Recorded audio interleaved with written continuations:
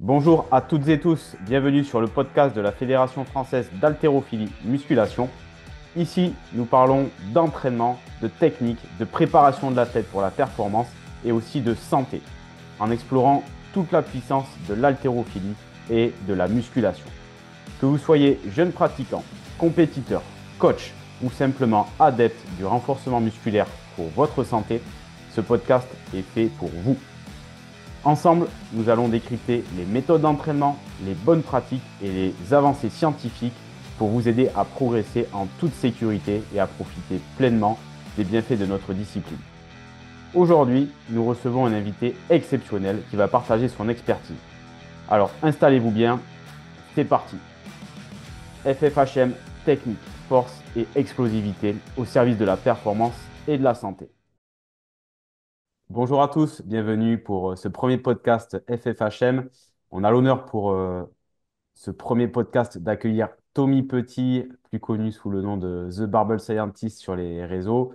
Donc Tommy, il est président du Stade Montois Haltérophilie et il est aussi entraîneur de Margot Kochetova, dont l'épisode est consacré, puisqu'on va parler à la fois du parcours de Tommy, mais surtout de l'entraînement de Margot. Donc Tommy, il est aussi membre de l'équipe technique régionale. Il a aussi participé et il va encore participer au jury de différents BP et BF sur le territoire. Tu es aussi formateur, Tommy, c'est ça? Tout à fait, ouais, bien sûr. Parfait. Donc Margot, elle est multiple championne de France, plusieurs fois recordman de France, troisième mondiale, Tout à euh, fait. championne d'Europe U17 cette année. Tout à Donc, fait. déjà, un gros palmarès. Avant de parler de l'entraînement de Margot, j'aimerais qu'on parle un petit peu de ton parcours, Tommy, puisque tu as déjà une belle expérience dans l'haltérophilie, avec un parcours de formation qui est ultra riche.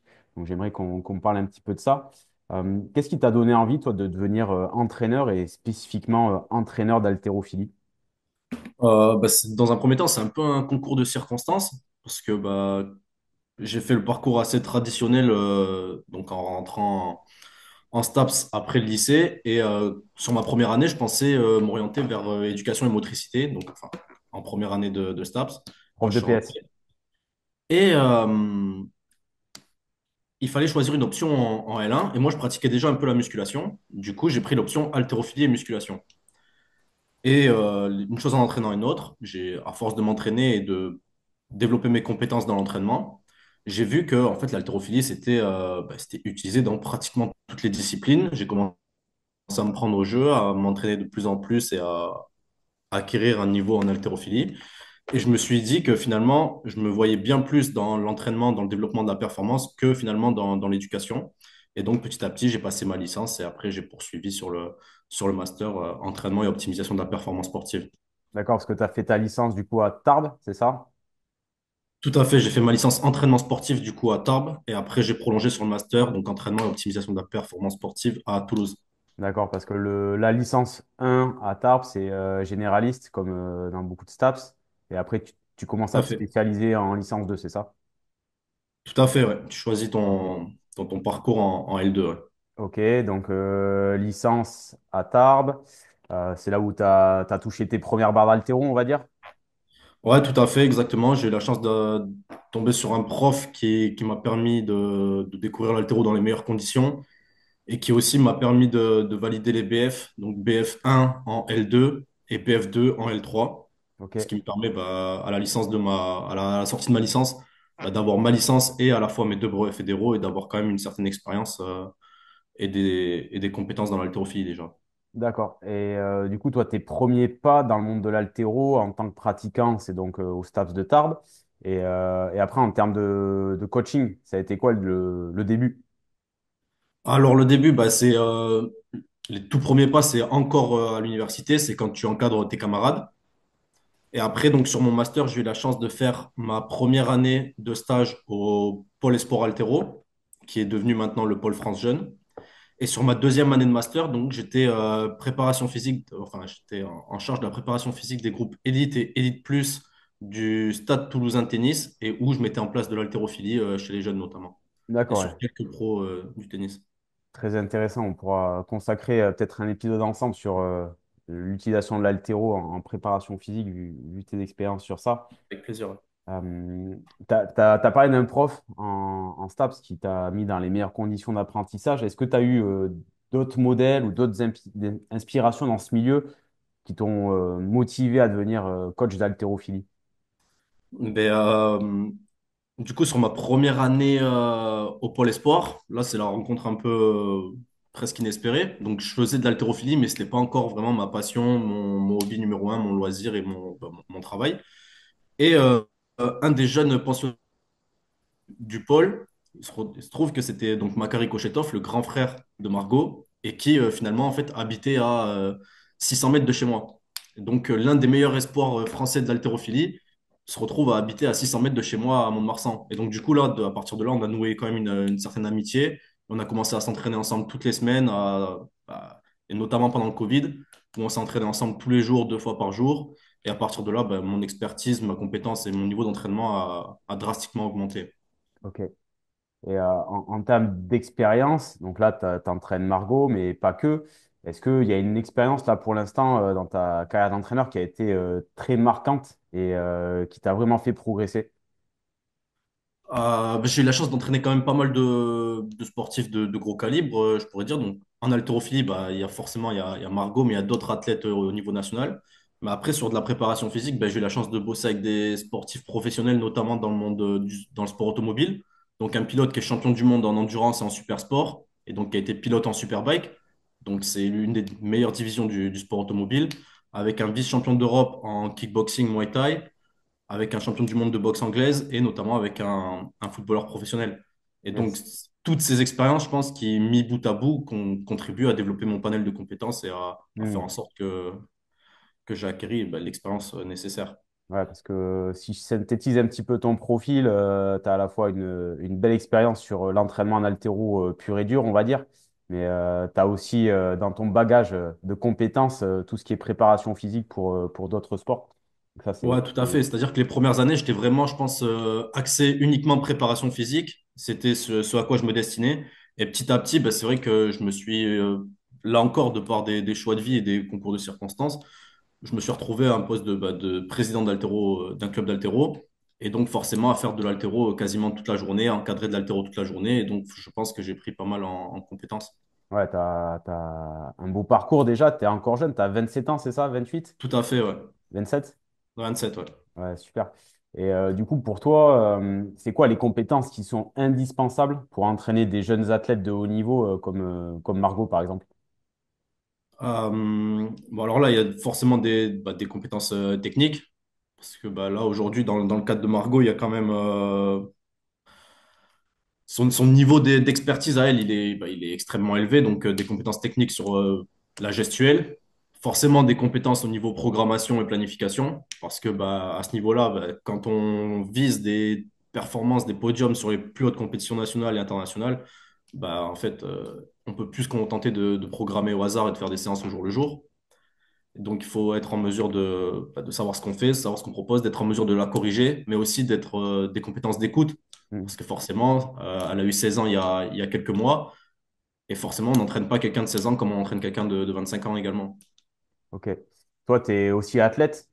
Ouais, tout à fait. Ouais. Est-ce que les et plutôt athlète d'un certain bon niveau, on va dire, est-ce que les compétences d'athlète, ça te donne de la légitimité, le niveau que tu as actuellement, ça renforce aussi ouais, la crédibilité que tu peux avoir auprès de Margot? Moi, en tout cas, c'est mon approche et c'est mon point de vue. Je sais qu'il y en a qui partagent pas ça, qui, peu importe leur niveau d'entraînement, se sentent crédibles et compétents dans leur domaine, et c'est tout à leur honneur. Mais effectivement, pour moi, je pense que c'est important d'avoir mon objectif final, c'est d'être le meilleur compromis entre la connaissance et la pratique. Donc, d'avoir le plus haut niveau pratique, mais aussi d'avoir le plus de connaissances théoriques possible dans un domaine pour pouvoir les appliquer. Et donc, forcément, si tu as un arraché à 40 et que tu coaches une fille qui a un arraché à 80, elle va se poser des questions. Ouais, tout à fait. Je suis un petit peu d'accord avec toi. Je pense que quand même avoir un certain niveau en tant qu'athlète, ça aide déjà à développer des compétences et t'en es bien la preuve que derrière, on peut transposer ces compétences qu'on a développées en tant qu'athlète pour plus facilement coacher d'autres personnes, hein, ne serait-ce que pour les démonstrations, mais aussi pour toutes les questions qu'on a pu se poser en tant qu'athlète pour programmer son entraînement et atteindre un certain niveau de compétence. Et je pense qu'on n'a pas la même programmation pour atteindre un niveau régional que la programmation qu'on peut avoir pour atteindre un niveau national. Ça, c'est certain. Et le fait de Comme quoi. s'entraîner soi-même, ben ouais, ça permet d'en apprendre sur soi, sur l'entraînement et de voir ce qui fonctionne pas, quels sont les retours que moi j'ai sur ma programmation et de passer par là aussi avant de passer par, de proposer ça aux athlètes, c'est important, je pense. Ouais, toi, tu as un gros volume d'entraînement en tant qu'athlète, donc tu sais ce que c'est que vivre un gros volume d'entraînement. Et Margot vit ce volume d'entraînement-là, on en parlera après, mais je pense que c'est important d'être capable de se mettre à la place aussi de l'athlète Ouais, tout à fait. pour bien la comprendre et bien ajuster certaines choses. Euh, pour toi, en haltéro, c'est quoi le facteur de performance le plus important si tu devais prioriser quelque chose entre la technique, le physique, le mental? Dans toutes les disciplines sportives, il y a des versants physiques, des déterminants physiques, psychologiques et forcément techniques. L'haltéro, c'est un peu plus délicat. Moi, mon approche aujourd'hui, pour diverses raisons, j'aurais tendance à dire que le déterminant majeur de la performance, ça reste la force maximale. Puisque la finalité de l'haltéro, c'est en fait, c'est soulever la charge la plus lourde possible. Mhm. Donc, bah, forcément, il y a le déterminant de la performance max. Ouais. Déterminant de la perf, ça restera forcément la force maximale, l'aptitude à soulever la charge la plus lourde possible. Et évidemment qu'il y a une composante technique qui est fondamentale et qui est phénoménale. Mais la force maximale pourra faire la différence entre des athlètes à technique égale. Ouais, alors si je t'écoute, tu peux avoir un athlète qui est parfait techniquement, qui a une super posture, super trajectoire, bien coordonnée, mais s'il n'a pas des hauts niveaux de force, jamais il passera le cut du haut niveau. Tout à fait. Ouais. Ok. Et du coup, j'imagine que ça a des implications majeures dans ta philosophie de l'entraînement. Ben, j'accorde une grosse place à la prépa physique et au développement de la force max tout au long de la saison, surtout à cet âge-là. Là, c'est ce qui va faire la différence, hein. Entre quelqu'un qui a un squat à 100 et quelqu'un qui a un squat à 130, il y a déjà une différence majeure 30% sur les déjà. barres qu'elles peuvent soulever, hein. Ouais, 30% sur le squat, on imagine les répercussions que ça peut avoir, même s'il y a des différences techniques, notamment sur l'épaulé jeté, quoi. Les charges apparaissent bien moins lourdes quand tu es très très fort, quand tu es très fort en squat et en tirage, ben forcément, c'est bien plus facile de mettre de la vitesse sur les barres. Il y a une réserve de force qui est bien plus conséquente que la personne qui a des valeurs de tirage ou de squat très proches de ses max à l'arraché ou à l'épaulé, quoi. On reviendra un petit peu plus tard sur les facteurs de la perf en abordant spécifiquement ceux de Margot. Toi, tu as une formation scientifique avec ta formation STAPS, tu as une formation pluridisciplinaire, donc tu as fait licence, master STAPS. Il me semble que tu as aussi un diplôme dans le CrossFit. Ouais, j'ai passé mon level 1, ouais, tout à Ouais, fait. t'as abordé les BF 1 et 2 haltéro. Tout à Et fait. en quoi le fait d'avoir un parcours comme ça, très riche, très pluridisciplinaire, à la fois pratique et scientifique, ça influence ton approche de l'entraînement? Alors, déjà, j'essaye de prendre le plus de connaissances possible, d'avoir le point de vue du plus d'intervenants possible. Et là encore, dans toutes les formations, ben, je vais prendre ce qu'il y a à prendre. Typiquement, ben, t'as parlé du level 1 sur la partie altéro, ben, je retiens pas grand-chose que je vais mettre en application aujourd'hui dans mes entraînements, moi. Mais le fait de continuer à me former continuellement, déjà, ça m'apporte en crédibilité, je pense, auprès des personnes que j'entraîne. Ça me permet d'avoir différentes méthodes, différentes approches aussi, de tester moi-même pour voir, là encore, qu'est-ce qui me semble cohérent, en accord avec les objectifs de moi et ceux de mes athlètes. Et forcément, comme je l'ai dit, mon objectif final, c'est toujours de trouver le meilleur compromis entre la connaissance et la pratique. Et je pense que passer par toutes ces formations, bah, c'est la moindre des choses pour gagner en compétences. Ouais, si tu avais strictement restreint ton parcours de formation à un parcours BPGEPS par exemple, et derrière DEGEPS, tu penses que tu aurais été moins compétent ou tu penses que ouais, tu aurais les ressources suffisantes pour entraîner quelqu'un comme Margot? Aujourd'hui, là, bon, c'est pas pour manquer de respect à qui que ce soit, mais je suis sûr et certain, hein, à 100% que j'aurais absolument pas le même niveau de compétence. Ouais. Après, c'est pas pour rien, le niveau d'études est absolument pas le même. je pense qu'en termes de compétences et de connaissances, c'est absolument incomparable pour moi. Ouais, je pense que le parcours STAPS que tu as, ça t'a aussi ouvert l'esprit à l'approche scientifique. On parlera juste après de The Barbell Scientist, et aussi à la pluridisciplinarité. On a parlé un petit peu de facteurs de perf, mais je pense que ça ouvre l'esprit au fait que la performance, c'est pas que de la technique, c'est pas que du physique, mais c'est un engrenage de multiples facteurs qui s'influencent les uns les autres. Et pour te connaître un petit peu maintenant, j'ai l'impression que tu arrives à avoir cette approche un petit peu holistique. Excellent. Mais Euh, ouais, après, ouais, c'est clair que moi, aujourd'hui, bah, comme je l'ai dit, j'interviens sur différents sports. Et je pense, évidemment que je connais pas tout, mais je peux intervenir dans 99% des sports qui existent aujourd'hui et je sais que je serai pas perdu. Et ça, je le dois sans aucun doute à ma formation STAPS et ben, des études et des études que j'ai fait à côté, je pense. Tout ce ouais. que j'ai fait en amont et après pour continuer à me former. Yes, très intéressant. Ouais. Donc, tu as créé The Barbell Scientist, qui est à la fois un compte Instagram et un site internet. Yes, Euh, tout à fait. Ouais. Ça a été quoi l'origine de The Barbell Scientist? C'était quoi l'idée de départ? Alors, c'est plutôt simple, hein, c'est que, bah, comme je l'ai dit encore et encore, c'est que moi aujourd'hui je suis passionné par l'haltéro, par les sports de force, donc par la musculation, et j'adore les sciences du sport, donc tout ce qui est physio, anat, bioméca. Et donc je me suis dit, bah, je vais essayer de créer un site web et donc forcément des réseaux sociaux associés qui permettent de vulgariser, de simplifier la science du sport ben, appliquée au sport de force, notamment à la musculation, au développement de la masse musculaire, les techniques d'intensification et appliquée potentiellement à l'haltéro et les sports annexes. Excellent. Et comment les réseaux sociaux, ça t'aide, toi, du coup, à partager tes connaissances au plus grand nombre? Bah, aujourd'hui, là, les réseaux sociaux, ça a pris une place absolument démesurée hein, dans la société. C'est littéralement omniprésent. Et en fait, ça fait gagner énormément de visibilité. C'est très simple, hein, ça fait gagner énormément de visibilité à chacun des posts, à chaque personne qui publie dessus. Et donc, bah, forcément, si je gagne en visibilité, j'ai une plus grande audience, ça touche plus de personnes, ils sont susceptibles de partager, de faire du bouche à oreille, et forcément, bah, les connaissances et les compétences se transmettent. Ouais, tu penses que le site internet s'est dépassé maintenant pour partager les connaissances ou tu attaches encore une importance à animer ton site?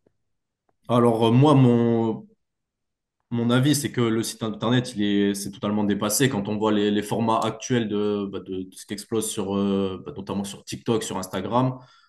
Forcément, le site actuel, c'est plus vraiment d'actualité. Mais moi, je tiens quand même à le garder parce que d'un point de vue personnel déjà, et aussi ça fait quand même une vitrine et ça me fait, je publie mes articles dessus. Et si les personnes, ils ont vraiment le temps d'aller consulter, bah, ça me fait plaisir qu'il y ait mes articles dessus. Mais aujourd'hui, Ouais. c'est vrai que quand tu regardes des réels Instagram de 15 secondes, c'est absolument pas comparable avec aller lire un article pendant 20 minutes.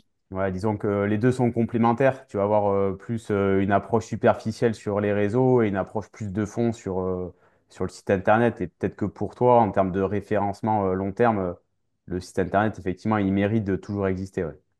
Bah, j'y tiens en tout cas, et quoi qu'il arrive, bah, je ferai tout ce qu'il peut pour que ce soit le cas. Mais après, j'ai l'impression que les gens ont de moins en moins le temps de passer 20 minutes sur une page Ouais. sur Internet, quoi. Ou prennent de moins en moins de temps. Ouais, surtout ça, ouais. Donc, tu as parlé de vulgarisation. Est-ce que tu penses que vulgariser la science du sport, aujourd'hui, c'est devenu essentiel dans la formation de nos entraîneurs, mais aussi de nos athlètes, pour que le sport, il avance en France et particulièrement en haltérophilie? Ouais, moi je trouve ça absolument essentiel parce que, bah, comme on l'a dit, là, on est dans une société de consommation super rapide et donc les gens ils veulent avoir accès bah, aux connaissances le plus vite possible sans avoir à faire d'efforts et en un minimum de temps. Donc, c'est-à-dire ils regardent une vidéo de 15 secondes et ils veulent savoir le résultat de suite. Donc, et malheureusement, bah, la réalité c'est que la physio, la bioméca, la nat et les sciences du sport, bah, à expliquer en 15 secondes, c'est délicat. Et donc, on est obligé de vulgariser au maximum pour essayer de rentrer dans ces délais-là et d'apporter les informations ben, un peu simplifiées aux personnes. Yes, yes, yes. Ok, bon, super. Merci pour toutes ces mentions vis-à-vis de ton parcours, Tommy. C'est hyper riche, hyper intéressant. On va passer un petit peu au parcours de Margot, pardon. Avec plaisir. en commençant par ses débuts. Euh, Moi, je l'ai vu un petit peu grandir avec son frère quand j'allais m'entraîner quelquefois à Mont-de-Marsan avec Patrick Coinel, Tout à fait. qui était l'ancien président. Euh, Toi, tu te remémores un petit peu ses premiers pas dans l'haltérophilie ou tu l'as pris un peu plus tard? Ça a été quoi un petit peu le parcours avec elle? Moi, je suis arrivé au club fin 2018 ou tout début 2019, donc ça faisait déjà un an qu'elle faisait un peu d'haltéro loisir, quoi. Enfin, Ok, haltéro motricité et tout ça, donc elle avait 11 ans. d'accord. Je me souviens, elle est toute petite à la salle, elle venait C'était, parfois c'était avec son littéralement père. une crevette, voilà, pour le Euh, coup. et J'ai les photos, j'ai les souvenirs, c'est exceptionnel. Elle a pratiqué d'autres sports avant de faire de l'haltéro?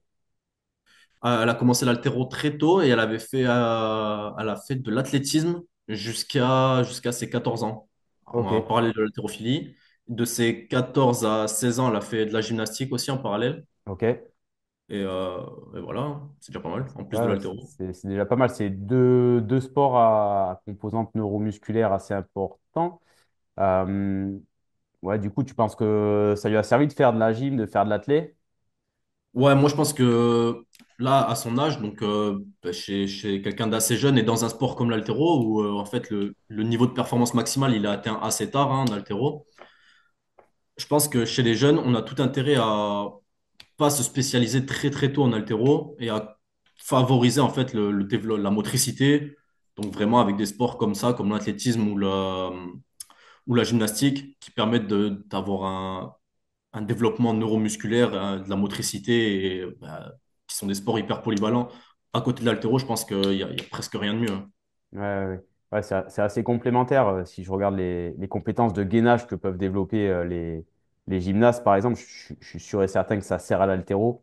Pareil, les compétences de coordination qu'on peut développer en athlétisme ou en gym, je pense elles sont assez transversales. Et tu as parlé de développement de la force au tout début. Je pense qu'on on développe aussi beaucoup de force et de force explosive sur les activités gymniques et Ah, tout à athlétiques, fait, ouais. telles C'est qu'elle a clair. pu faire. Je pense que le fait de faire différents sports, ça évite la saturation psychologique. Que la question qui vient, c'est est-ce que tu te sers de ces expériences passées en gym et en athlétisme pour continuer à proposer certains contenus d'entraînement à Margot qui sont en lien avec ses anciennes activités? Euh, voilà, c'est un peu délicat dans le sens où moi je suis loin d'être un spécialiste de la gym, hein. J'ai aucune idée de ce qu'elle faisait là-bas. Donc, est-ce que je m'en sers du contenu qu'elle faisait en gym? Pas spécialement. Et de l'athlé, bah, elle continue d'avoir des activités qui se rapprochent de l'athlétisme. Toutes les semaines, voire 2 fois par semaine, on fait de la plio pour continuer à. Bah, après, la plio, c'est l'une des meilleures méthodes de développement de la puissance max. Donc, forcément, elle en fait toutes les semaines. Et je pense que bah, toutes ces activités ont contribué à développer ses qualités physiques, notamment force max, puissance max et peut-être même sa mobilité également, hein. Mhm. Yes. Ouais, je vois. Ouais, on s'étendra un petit peu plus après sur tout ce qui est aspect méthodologique. Est-ce que toi, tu as de suite vu un potentiel exceptionnel chez Margot? Bah, quand elle a 11 ans, c'est difficile de dire dans 7 ans, elle sera championne d'Europe. Forcément, elle était déjà très assidue à l'entraînement. Ouais. Bon, techniquement, bah, c'était bien pour quelqu'un de 11 ans, voilà. Mais après, à 11 ans, on se dit pas, bon, sa technique, elle est parfaite, dans 6 ans, elle sera championne d'Europe. Et Mhm. bah, après, bah, forcément, à 11 ans encore, elle avait une mobilité relativement exceptionnelle. Mais bon, beaucoup de jeunes de 11 ans qui sont très actifs, C'est ça. donc qui font du sport tous les jours, il faut le préciser, ont encore une mobilité assez exceptionnelle.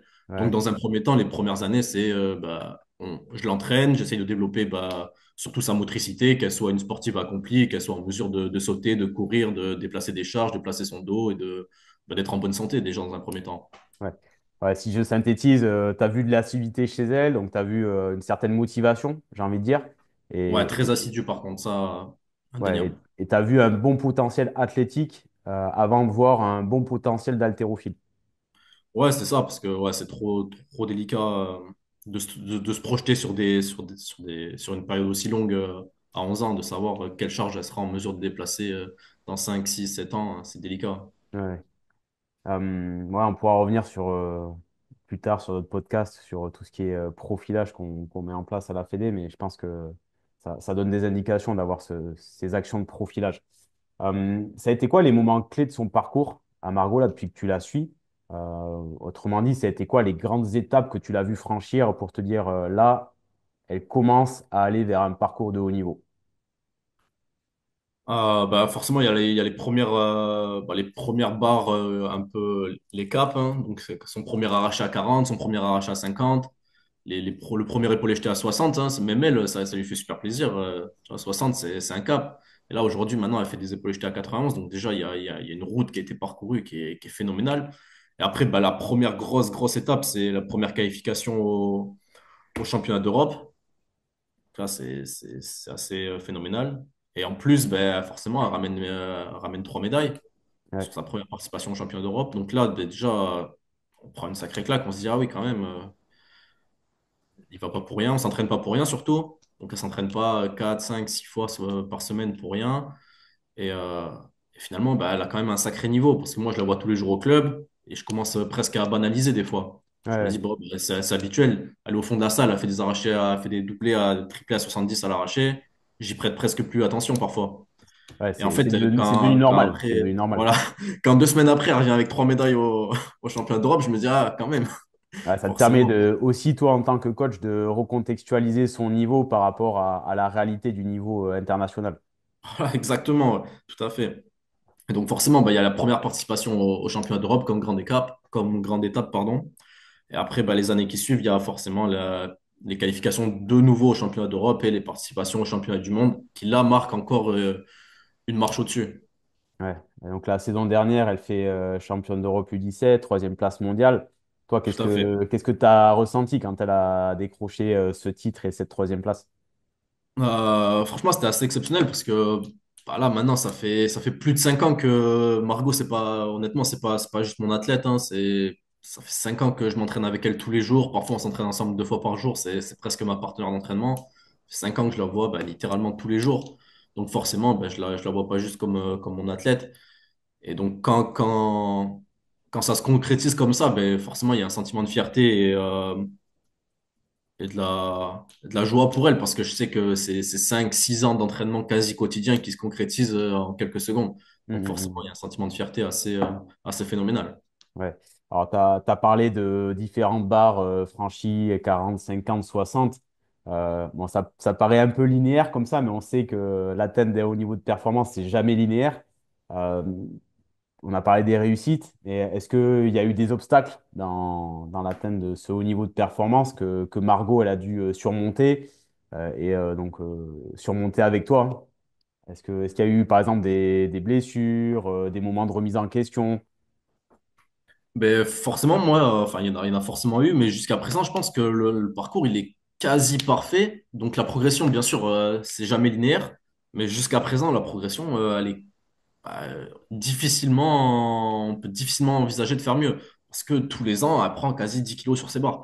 Donc, c'est littéralement phénoménal. Et après, ben, Mhm, forcément, là, elle a eu la chance de grandir, de prendre du poids, de super bien se développer. Donc, forcément, elle a une progression ben, assez phénoménale.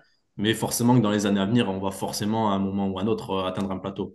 ouais. Et concernant ben, les obstacles, là aussi, moi, c'est quand même des points de satisfaction. C'est-à-dire qu'en 5 ans, même pratiquement 6 ans, bah, il y a eu finalement, je trouve objectivement très peu d'obstacles. C'est-à-dire qu'il y a une fois où elle a eu mal au dos il y a 4 ou 5 ans. Elle a eu mal au dos pendant 3 semaines. Plus aucun souci depuis. Et il y a un petit peu moins de 2 ans, donc il y a 1 an et demi, elle a eu ce qui s'appelait une anthésopathie sur l'insertion de l'ischio. Ça qui a traîné un peu. Donc il y a eu une blessure en un peu plus de 5 ans et demi, blessure sur l'insertion de l'ischio, une tendinopathie au niveau de l'ischio. Je trouve pas ça extrêmement dramatique. Ça a été très bien pris en charge. Donc, elle voit le kiné toutes les semaines. Elle continue de faire de la prévention toutes les semaines avec le kiné dessus. Et moi, je trouve que ça a été vraiment géré d'une main de maître, ça. Et Ouais, après, forcément, ouais. les premières semaines, elle pensait que sa carrière était finie, hein. Ouais, bien sûr, bien sûr. Et ouais, je me souviens, ça avait été plutôt très bien géré et elle avait très vite retrouvé un haut niveau de performance. Elle avait vite reclaqué un record de France, je me souviens. Mais effectivement, Bon, tu as dit que effectivement, il y a eu du doute qui s'est installé suite à cette blessure, c'est normal. Surtout chez des jeunes athlètes qui sont jamais blessés. La première blessure, Exactement. elle Exposé à sa peut. première blessure, pour Ouais, elle, c'était terminé. ouais. C'était fini l'haltéro. Et toi, justement, comment t'as tempéré un petit peu ça? Tu l'as remis sur de bons rails d'un point de vue psychologique? Bah, déjà, c'est assez simple. Il faut lui dire que bah, à un moment ou à un autre, elle va forcément être exposée à une blessure, même s'il faut pas banaliser la blessure. Hein, ça, je suis quand même assez strict là-dessus. Donc, un jour ou l'autre, bah, forcément, quand tu fais de l'haltéro 5, 6, 7, parfois 9 fois par semaine, tu vas forcément sentir une gêne un jour ou à l'autre, quelque part, surtout à ce niveau-là. Donc, Mhm. forcément, je lui ai dit bah, que ça pouvait faire partie du processus, que c'était pas banalisé, mais qu'il fallait peut-être passer par là. Et que forcément, en fait, sa blessure, bah, elle avait rien de dramatique. Ouais. Il y a des blessures qui sont bien plus problématiques que ça, qui vont traîner pendant des 3, 4, 5 mois et qui altèrent bien plus la performance que ce qu'elle avait. Mhm. Donc, vraiment lui faire prendre conscience que cette blessure, bah, il y en a pour quelques semaines, qu'on va faire attention, et surtout d'adapter l'entraînement, c'est-à-dire que la mettre dans des situations où elle ne sent pas qu'elle est limitée par cette blessure, en fait. Parce que forcément, si tu lui mets des mouvements qu'elle ne peut pas faire, bah oui, elle va encore plus douter. Et Ouais. donc, adapter l'entraînement en conséquence pour faire en sorte qu'elle ne sente même pas sa gêne. Ouais, ouais, je me souviens, elle avait continué l'entraînement plutôt avec de la haute intensité sur ce qu'elle pouvait faire. Ouais, exactement. Et elle était toujours intégrée dans un process d'entraînement à haut volume, à haute intensité, donc un entraînement de haut niveau. Et effectivement, je pense que pour oublier qu'on est blessé, continuer à s'entraîner et à rester dans un process de haut niveau, c'est quand même une bonne solution. On a souvent tendance à dire t'es blessé, tu t'arrêtes. Je pense que c'est la pire des choses. Et Ouais, je suis également d'accord sur ça. Ouais. ouais, je pense que la communication avec le staff médical qu'elle a autour d'elle a été bien gérée pour lui permettre de rester sur un haut niveau de processus. Euh, je me souviens, à un moment donné, il y a eu aussi la question de changement de catégorie. Tu peux en parler. Elle était Ouais. en 49. Est-ce que ça a été un challenge aussi? Bah ça, ça a été d'actualité, hein. Enfin, c'était il y a quelques mois. Du coup, bah, ouais, elle réalise la saison précédente en 49. Donc, bah, forcément, avec, comme tu l'as dit, les résultats qu'elle a eus. Donc, championne d'Europe en titre et troisième au championnat du monde en 49. Et bah, forcément, son développement, sa maturité, elle commence à croître. Et bah, sur les dernières compétitions, c'était très délicat d'être en 49. Forcément, elle a fait l'effort parce que bah, à la clé, il y a les résultats. Et forcément, il y a des résultats qui sont exceptionnels. Donc, elle a fait l'effort. Mais là, aujourd'hui, on est bien installé sur la KT au-dessus. Et je pense que là encore, elle aurait eu 25 ans, 26 ans. Tu peux te permettre de faire quelques compétitions dans la saison en 49, de perdre Mm. 22 kilos dans l'année. Là, elle a eu 16 ans il y a un mois et demi. Euh, Tu dépasses les 49 de 3 kilos, c'est terminé. Tu Ouais, ouais. es installé dans ta catégorie et on va pas faire des pertes de poids qui seraient plus nocives qu'intéressantes, je pense. Ouais, développer des troubles du comportement alimentaire, Ouais, exactement. c'est pas ce qu'on cherche en termes de développement athlétique long terme. Mais effectivement, je pense qu'il y a eu une bonne réflexion sur le changement de catégorie pour enlever cette pression psychologique du poids de corps. Bah, là, le choix, il a été très, très, très, très rapide à faire, hein. C'est-à-dire que Mhm. bah, physiquement, ça se voit, elle est extrêmement développée déjà. Elle est plutôt sèche. Donc, il n'y a aucune raison qu'elle reste en 49, hein. Il y a des Ouais. stries partout sur les épaules, partout sur le dos. Tu pèses 53, c'est hors de question que tu ailles en 49, hein. Mhm. Ouais, tout à fait. Ouais. Ouais. Sauf si t'es fou. Oui, voilà, non, mais c'est hors de question. À 16 ans, il y a pas de ça. Yes, tout à fait. Bien d'accord. Euh, Comment tu l'as vu évoluer, Margot, en tant qu'athlète, d'un point de vue général? Tu vois, aussi, tu as évoqué l'aspect physique, elle commence à être déjà bien évoluée, mais aussi sur l'aspect mental. Comment tu l'as vu progresser? Depuis le premier jour à l'entraînement, vraiment toujours aussi assidue. Ça se voit qu'elle aime s'entraîner, elle sait pourquoi elle s'entraîne. Donc, elle veut progresser et elle sait que pour progresser, bah, il faut s'investir dans l'entraînement.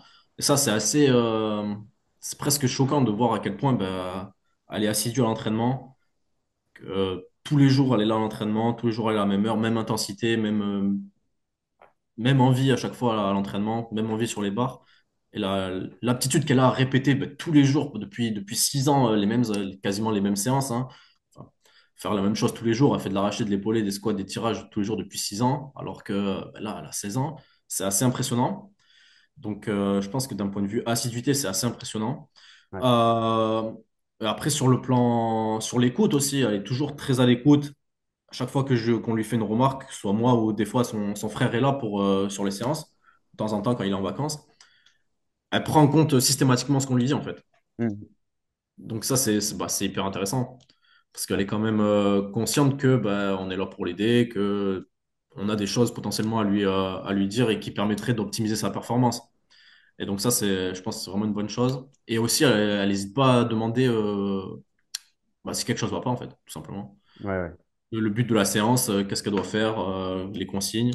Et donc franchement, ça se voit qu'elle est consciente qu'il y a différents paramètres qui vont optimiser sa performance et elle essaye de tous les maîtriser pour avoir le meilleur niveau possible. Mhm. Ouais, moi, ce qui m'a frappé les quelques fois que j'ai eu en stage, c'est déjà sa consistance, sa capacité à être concentré avec régularité. Tu vois, des fois, on a des athlètes à haut potentiel, mais tu sens que ça manque de régularité dans ce qu'ils font. Un jour, c'est bien, le lendemain, c'est beaucoup moins bien. Et il y a pas cette régularité qu'on peut avoir chez Margot. Et ensuite, effectivement, tu l'as un petit peu évoqué. Elle n'hésite pas à demander conseil, tu vois, sur différents aspects de la performance. Et je trouve ça très, très important pour aller chercher du haut niveau. Ouais, je suis bien d'accord. Euh, On a parlé de facteurs de perf tout à l'heure sur les aspects mentaux, physiques, techniques, etc.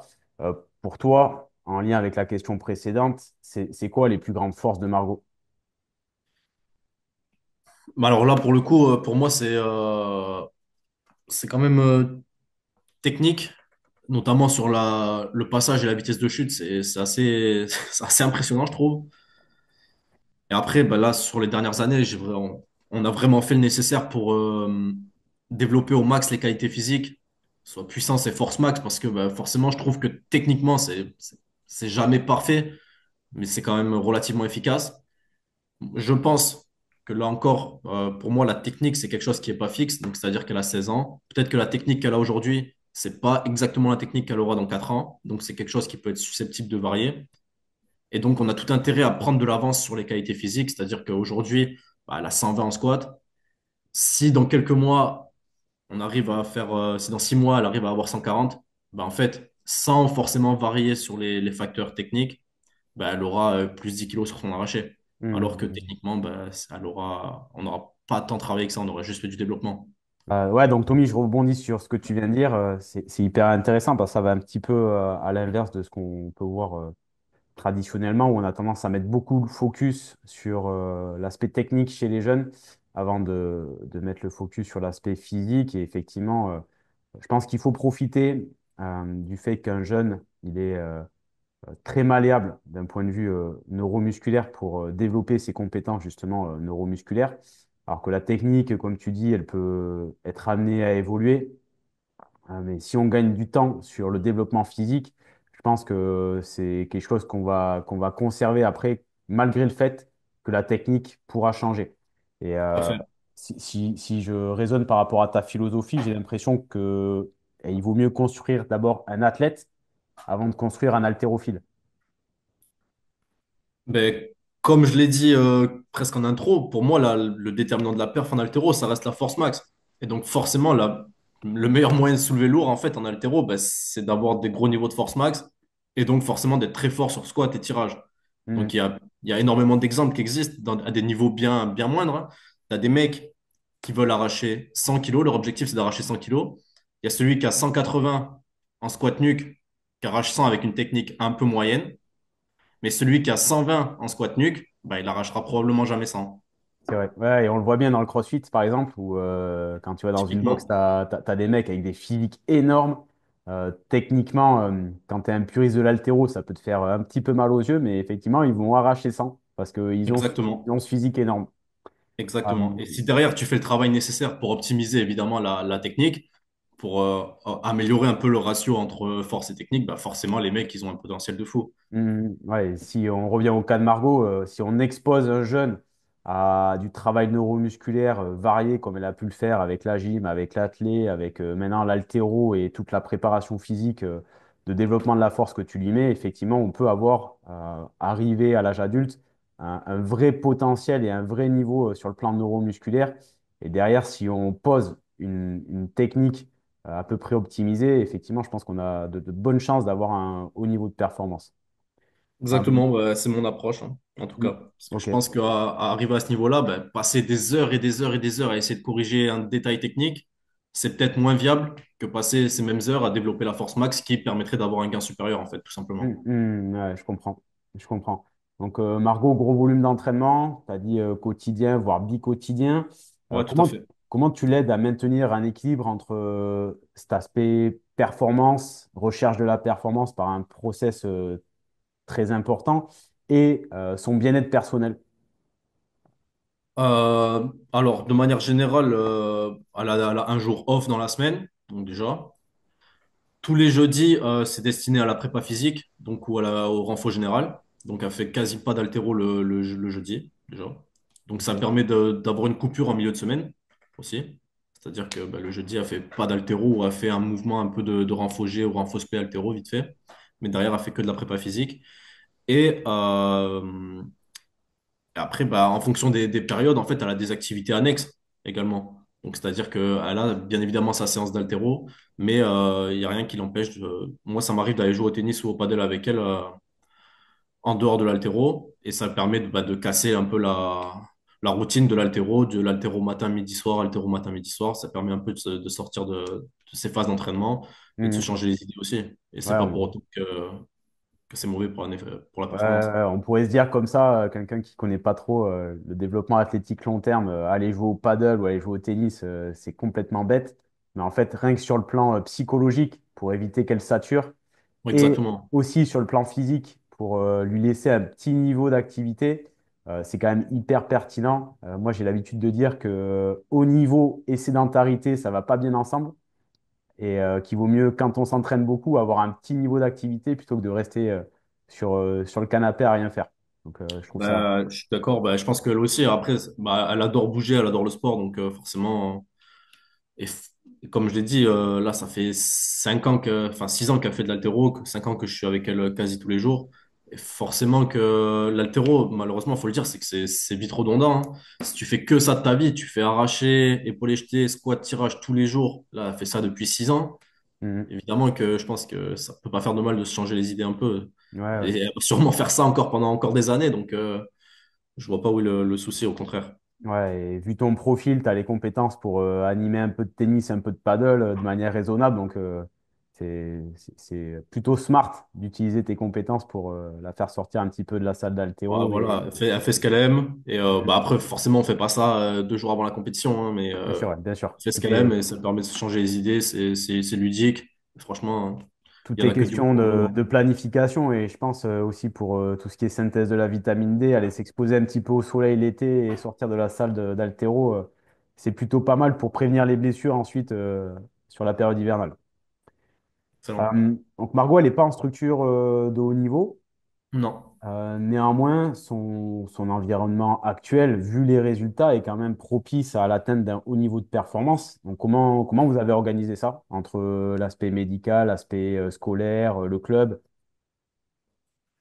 Bah, il y a beaucoup d'acteurs. Donc, déjà, bah, moi, le premier, hein, c'est-à-dire que bah, tout ce qui va être entraînement, j'essaye de quantifier au mieux et d'optimiser bah, forcément son entraînement pour qu'il soit viable sur le long terme, encaissable et qui lui permette de progresser dans les meilleures conditions déjà. Comme je l'ai dit, là, maintenant, depuis sa tendinopathie sur l'insertion de l'ischio, ça fait un petit peu plus d'un an et demi qu'elle voit un kiné toutes les semaines maintenant. Donc, au Ok. début, bah, forcément, elle le voyait de manière bi-hebdomadaire pour intervenir sur cette tendinopathie. Et maintenant, elle le voit toutes les semaines pour du renforcement et de la prévention un peu. Ok. Donc, je pense que c'est une bonne chose et c'est sympa de sa part aussi, forcément. Il a bien conscience des enjeux. Et forcément, le club qui œuvre et qui met Margot dans les meilleures conditions, c'est-à-dire qu'on a la chance d'avoir quand même une salle bah, assez exceptionnelle pour une association, c'est-à-dire qu'on a une salle de muscu entièrement équipée. Mhm. Euh, on peut faire quasiment toute la préparation physique qu'on veut, hein, grâce à la salle.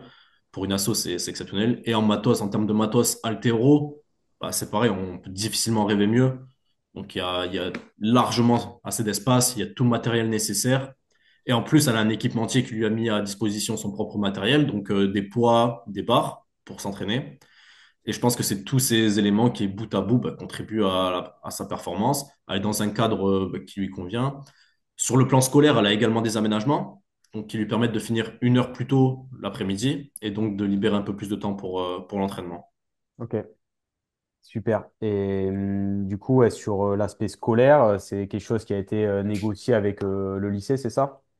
Ouais, tout à fait, avec le directeur de l'établissement. C'est-à-dire que, elle est dans classe sport avec les rugbyman, en fait, Ok. qui, eux, c'est comparable un peu à du sport-études. C'est-à-dire qu'ils terminent 1 heure plus tôt pour aller à leur entraînement de rugby. Du coup, elle est dans la même classe qu'eux et elle termine 1 heure plus tôt pour aller à son entraînement d'haltéro, du coup. Très bien, intéressant. Ouais. On va rentrer un petit peu plus dans le vif du sujet sur le process d'entraînement, tout ce qui est planification, méthodo. Donc, Margot, elle s'entraîne combien de fois par semaine en général? Alors, en période scolaire, on est sur du 5 à 6, donc 5 à 6 séances par semaine, Ok, donc du lundi au samedi de manière générale, avec le jeudi accès préparation physique muscu. ok, Et donc dans le meilleur des cas, pendant les vacances, on fait 2 séances lundi, mercredi, vendredi et une séance mardi, jeudi, samedi. Donc 9 séances. ok. Ouais, donc, tu profites d'avoir plus de disponibilité pour renforcer le process. Tout à fait. Euh, Parfois, ça lui arrive d'avoir des stages équipe de France. Yes. Comment tu gères vis-à-vis de ça en termes de coordination de la charge d'entraînement? Ouais, bah, là, c'est un peu délicat ça, parce que moi, je sais jamais trop ce qu'elle va faire sur les stages. Donc, j'essaye juste de faire en sorte qu'elle arrive au stage dans les meilleures conditions. Donc, c'est-à-dire que relativement fraîche et dans un niveau de forme assez optimal qui lui permette de réaliser des barres assez conséquentes. Ouais. Après, bah, voilà. Ouais, on sait généralement que ça va charger sur les stages. Donc, il faut pour toi qu'elle soit en forme pour répondre à la charge d'entraînement sur ces stages, c'est ça? Ouais, tout à fait. Bon, après ça, elle est toujours en forme, parce que, comme je Ouais. l'ai dit, elle s'entraîne au moins 5 fois par semaine depuis des années maintenant. Mhm. Donc, elle a quand même une certaine aptitude à encaisser des grosses charges, des gros volumes d'entraînement. Aujourd'hui, bah, elle est hyper entraînée, littéralement, en fait. Mhm, Elle est mhm. très, très entraînée. Elle peut faire du squat tous les jours, elle n'aura pas de courbature, hein. Ok, ouais. Ouais. Et justement, comment tu construis son programme d'entraînement? C'est quoi Alors, ta réflexion de départ? ben, c'est assez simple. C'est la réflexion de départ, les points de départ, c'est les échéances. Mhm. Donc, c'est quelles sont les échéances sur lesquelles je veux qu'elle performe. Donc, et à partir de là, ben, je refais ma programmation en remontant, en plaçant les différents blocs et ben, en optimisant la performance. C'est l'avantage de l'haltéro par rapport au sport collectif, c'est-à-dire que l'haltéro, bah, typiquement, il faut qu'elle soit en forme 3 ou 4 fois dans l'année en fait. Mhm. Et si elle n'est pas en forme, enfin si elle n'est pas en forme, si elle n'a pas besoin d'être au meilleur état de forme pendant de nombreux mois. Donc on peut optimiser le développement des qualités physiques pendant ces mois-là, alors que dans les sports collectifs, bah, des mecs, il faut qu'ils soient en forme toutes les semaines en fait. Ils ont des échéances toutes les semaines quasiment. Mhm. Donc là, c'est ça qui est relativement simple en haltéro, c'est qu'au final, bah, il y a 3 ou 4 échéances dans l'année, donc c'est hyper facile de programmer. Et donc, sur la saison, c'est quoi les périodes de forte charge où tu vas caler justement beaucoup de préparation physique? Alors la prépa physique, moi je mets vraiment un accent dessus, donc il y en a vraiment toutes les semaines, mais sur la période estivale et début de saison, ben, on est vraiment sur du développement des qualités physiques au max. Et après, donc il y a la première compète un peu importante, elle est en décembre, donc on est un peu plus sur du spécifique vers novembre-décembre. Et après, étant donné qu'il n'y a plus de compète jusqu'aux compétitions nationales et internationales, pareil, de fin décembre jusqu'au début des compétitions nationales et internationales, là, début mai potentiellement, on fait du développement des qualités physiques à fond, donc puissance et force max. Ok, Bien évidemment, en sollicitant toujours toutes les semaines les qualités techniques. ok. Et tu es plus sur un modèle de charge d'entraînement linéaire ou plus ondulatoire du coup? Pareil, moi je trouve que là, sur de l'haltéro, le linéaire, il n'y a rien de plus efficace en fait. Parce qu'il Ok. y a 4 échéances dans l'année. Je sais qu'elle va avoir 12 semaines de préparation tranquille où je peux optimiser la performance. Donc j'ai tout intérêt à faire du linéaire.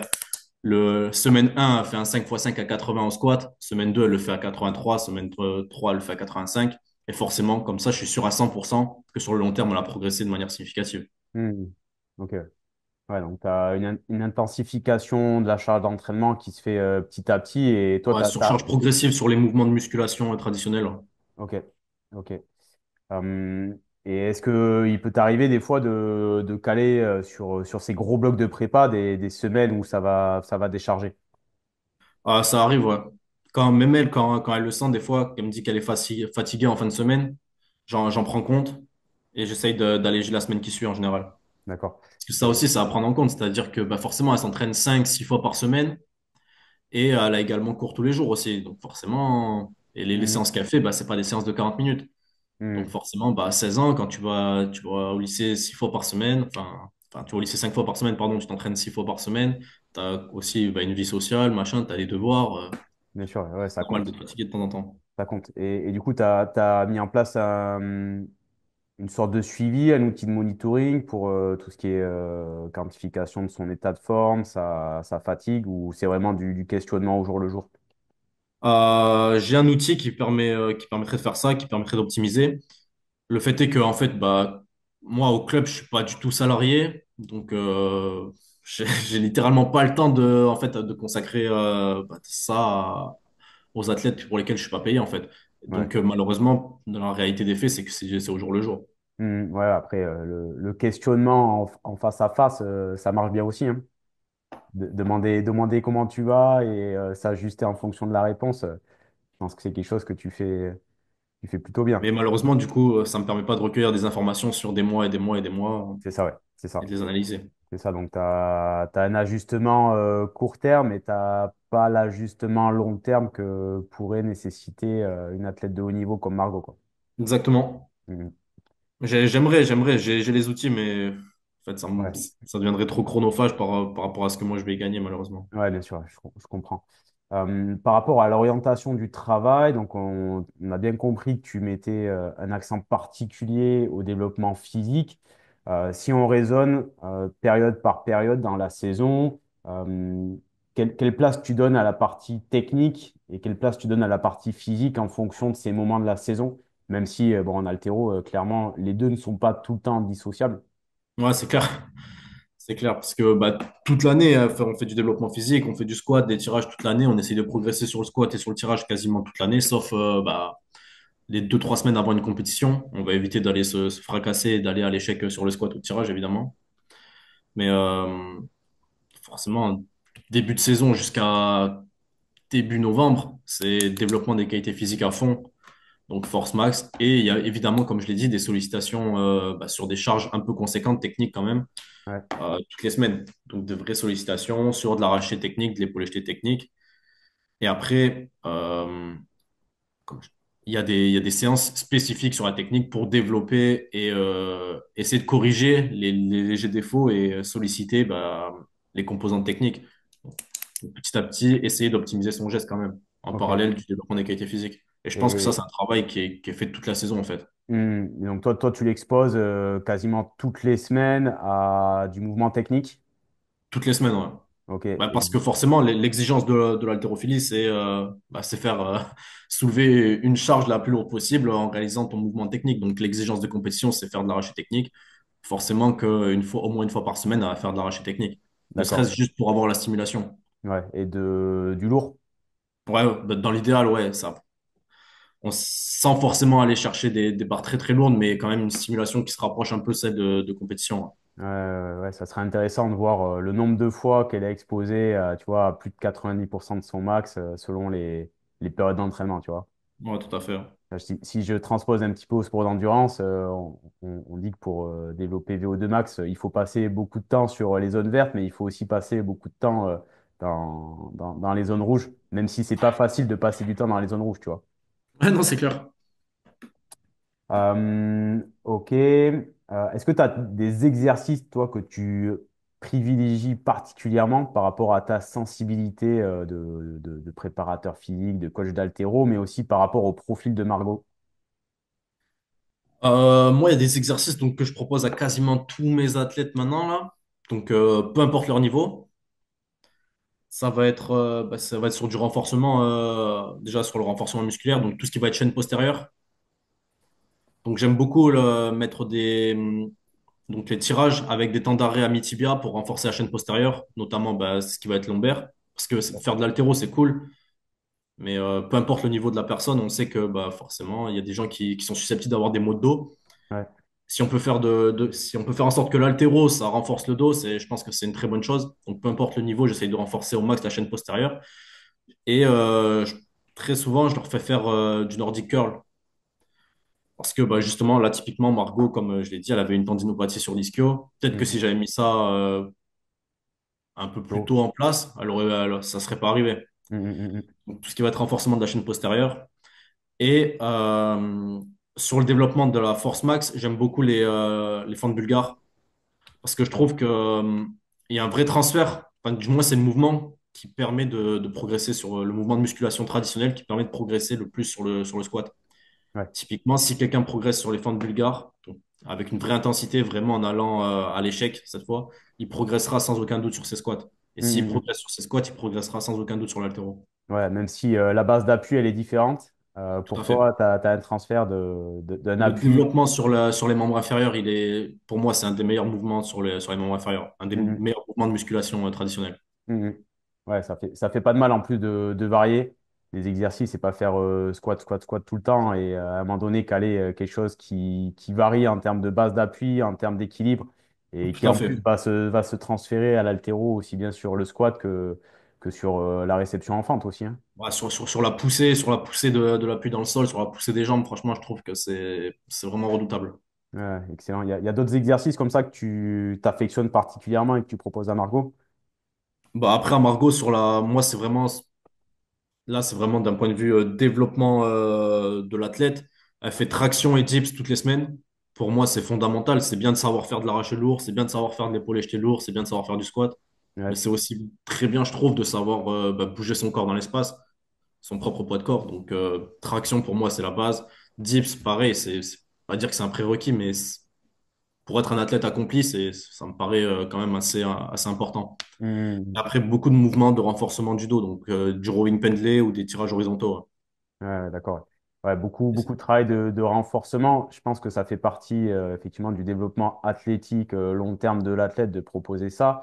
Et en termes de prévention des blessures, avoir des épaules entourées par des bonnes masses musculaires, je pense que ça peut permettre déjà de beaucoup s'entraîner en haltéro derrière et aussi de prévenir les blessures, que ce soit des tendinopathies Exactement. ou des blessures plus graves, on va dire. Exactement, ouais, je suis bien d'accord. C'est également mon approche, ouais, que ça lui permet vraiment de bien encaisser les séances, de se développer et elle se développer physiquement, mais aussi en tant qu'athlète. C'est-à-dire qu'elle Mhm. est polyvalente, son corps, bah, elle peut en faire quasiment ce qu'on veut, elle est jamais bloquée Ouais. et elle peut le bouger dans tous les sens, quoi. Et Mhm. sans avoir mal quelque part. Ouais, et aussi sur le plan psychologique, ça permet de varier les séances et pas faire que de l'haltéro. Ah bah là, Donc, je suis le premier à le dire, hein. donc ce travail de renfort musculaire, ça fait partie intégrante de ton plan de prévention, on va dire. Est-ce qu'il y a d'autres facteurs que tu intègres dans la prévention des blessures? Sur la prévention des blessures, bah, c'est un peu d'excentrique, sur les ischios notamment. Donc avec le nordique, justement, que Ouais, tu évoquais exactement. Ou avant. alors, des fois, on le fait avec le Swiss ball aussi. Donc, c'est le même Ok. principe, hein. Et beaucoup de renfort sur la ceinture lombaire et ceinture abdominale. Parce que bah, Ok. forcément, quand tu fais de l'haltéro lourd, de l'épaulé lourd, que malheureusement, des fois, tu prends un peu des cartons sous les barres, Mhm. bah, il faut quand même savoir que bah, les lombaires sont un peu malmenés, ça arrive. Et forcément, d'avoir une grosse ceinture lombaire, d'être très gainé, d'être très solide sur ces ceintures-là. Je pense que ça permet de gagner confiance aussi, d'être confiant sur ses barres, dessous, et vraiment bah, de gagner en longévité. Donc, Ouais. plus tu es fort et endurant sur les lombaires, je pense, plus tu es prédisposé à la performance aussi. Ouais. Est-ce que tu fais faire du travail sur le plan profond, que ce soit toi ou le kiné, notamment sur le transverse? Moi, sur le transverse, parce que, enfin, elle fait juste du holo quasiment toutes les semaines, hein, du holo hold Ok. qu'on trouve en CrossFit. Et après, elle fait des extensions lombaires ou le test d'endurance lombaire que le kiné nous avait montré là. Ça, c'est Ok. vraiment pas mal. Ok. Euh, donc ça fait 5 ans que tu travailles avec elle à peu près, c'est ça?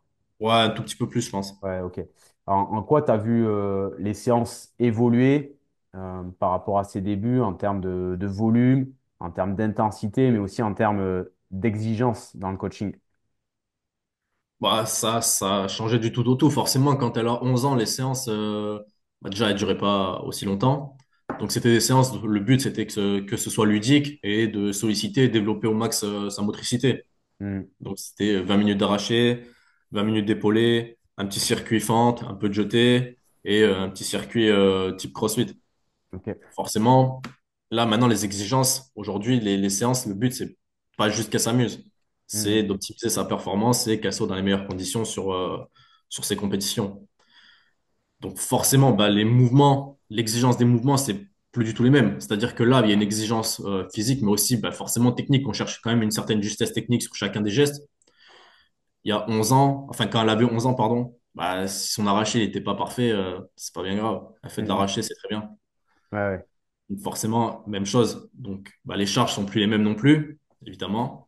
Et la durée des séances, le volume ne sont plus les mêmes. C'est-à-dire qu'à 11 ans, bah, tu essayes de faire une séance très ludique où bah, littéralement la petite, elle s'ennuie pas en fait. Elle vient au sport et elle fait son sport et elle s'amuse. Ouais. Là aujourd'hui, bah, si elle s'amuse, tant mieux, mais le but principal, ça reste quand même qu'elle progresse. Et donc Ok. forcément, l'exigence technique, physique et le volume et l'intensité sont bien supérieurs. Ouais, donc si je synthétise, à 11 ans, l'objectif c'était de l'intégrer dans la pratique, Ouais, voilà. qu'elle prenne du plaisir. Maintenant, l'objectif c'est de la faire performer dans la pratique. Donc Exactement. le regard que tu as, il est un petit peu différent. L'exigence que tu as, forcément, va être plus important que quand elle avait 11 ans pour espérer avoir des résultats plus importants sur l'aspect spécifique, on va dire. Exactement. Bah, forcément, les retours s'adaptent aux objectifs. Ouais. Est-ce que tu utilises des outils technologiques pour suivre ses performances, ses progrès? Moi, j'ai juste du Excel. Ok. Après, bah, forcément, outils au club, j'ai absolument rien. Donc, Ouais, ouais. pas de- D'accord, ouais. Toi, quelle importance tu accordes justement à l'analyse des données dans ton travail d'entraîneur? Tu as parlé d'Excel. C'est quoi un peu les données que tu recueilles? Tonnage, volume, comme tu l'as dit, je peux mettre le nombre de répétitions au-delà d'un certain seuil, Ok. au-delà de 85 ou 90% en fonction des mouvements. Et bah, surcharge progressive, forcément, et la progression. Et après, là encore, bah, l'haltéro, c'est comparativement au sport collectif, c'est relativement facile à analyser. Parce que les données, bah, elles sont factuelles, c'est des charges. Mhm. C'est assez facile à analyser comparativement à certains sports collectifs. Ouais. Et pour toi, c'est quoi les indicateurs de performance que tu peux recueillir quasiment quotidiennement et qui vont être les plus importants dans le suivi de Margot? Les indicateurs de performance quotidien, Ouais, ou hebdomadaire. bah, ça va être ouais, forcément, elles montent quasiment toutes les semaines sur de l'arraché debout, donc je peux voir l'évolution sur ça. Ok. Ça pourrait potentiellement bah, me dire comment elle se sent, parce que le gaz qu'elle est capable de mettre sur la barre. Bah, pareil sur le squat, sur ses sensations, comment elle se sent. Et après, bah, il y a énormément de données qu'on pourrait recueillir, hein. Sur du haut niveau, bah, il y a des tests de préhension qui font quotidiennement pour évaluer et quantifier le niveau de forme de l'athlète. Mhm. Il y a des tests de sit and reach, pareil. Et après, bah, il y a les questionnaires quotidiens sur l'état de forme, sur l'alimentation, sur le sommeil. Ouais. Ça, c'est des choses qui pourraient être hyper intéressantes à mettre en place, mais malheureusement, bah, trop chronophage pour moi, ce que je Ouais, gagnerais. ouais, ouais, ouais, limité par le contexte. Mais si je m'en tiens à ce que tu fais réellement, déjà, t'as des recueils de performances hebdomadaires sur des mouvements techniques ou semi-techniques, et après sur les grands mouvements de renforcement musculaire qu'on fait Yes. Ouais, traditionnellement, et ça te permet déjà d'avoir un premier niveau de suivi de son état de performance, quoi. tout à fait.